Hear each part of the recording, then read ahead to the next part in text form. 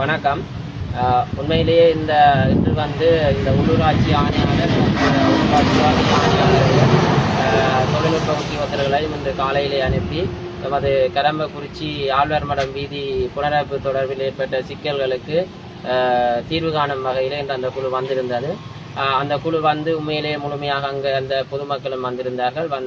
அந்த வீதி தொடர்பாக முழுமையாக ஆராய்ந்து அங்கே கட்டிப்பட்ட சீமேந்துகள் இன்றும் வேலைக்காக பறிக்கப்பட்டிருந்தது. அவலா சீமேந்து முழுமையாக அகற்றப்பட்டு புதிய சீமேந்துகள் இடப்பட வேண்டும் எனவும் அங்கே ஊற்றப்படாத தார்கள் அவர்கள் தெளிவாக மக்கள் கூறியிருந்தார்கள்.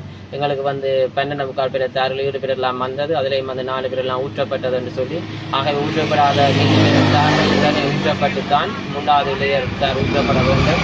அதுவே சமூக கண்காணிப்பாளர் பார்க்கப்பட வேண்டும் எனவும் மற்றும் அங்கே பறிக்கப்பட்ட பல ஏபிசி கற்கள் வீதியில் இடப்படாத இரு மரங்கிலும் பறிக்கப்பட்ட இடங்களிலும் காணப்பட்டது.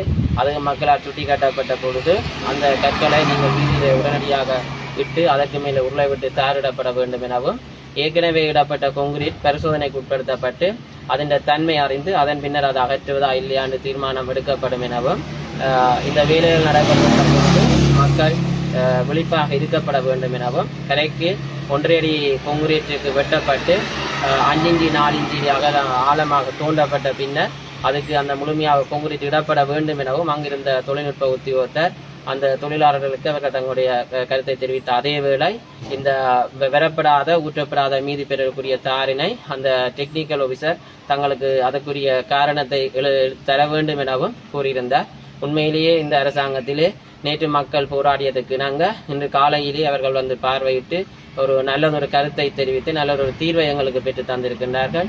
இவ்வாறு இந்த அரசாங்கம் ஊழல் இல்லாத அரசாங்கமாக தொழிற்படுகின்ற அதே வேளை மக்களும் விழிப்புணர்வாக இருந்து நடைபெறுகின்ற வேலைகளை முழுமையாக நேர்த்தியாக பல வருடங்களுக்கு இருக்கக்கூடியவாறு நடைபெறுவதற்கு இந்த மக்கள் ஒத்துழைப்பு தள்ள வேண்டும் எனவும் நான் இந்த சந்தர்ப்பத்திலே வேண்டி நிற்கின்றேன்.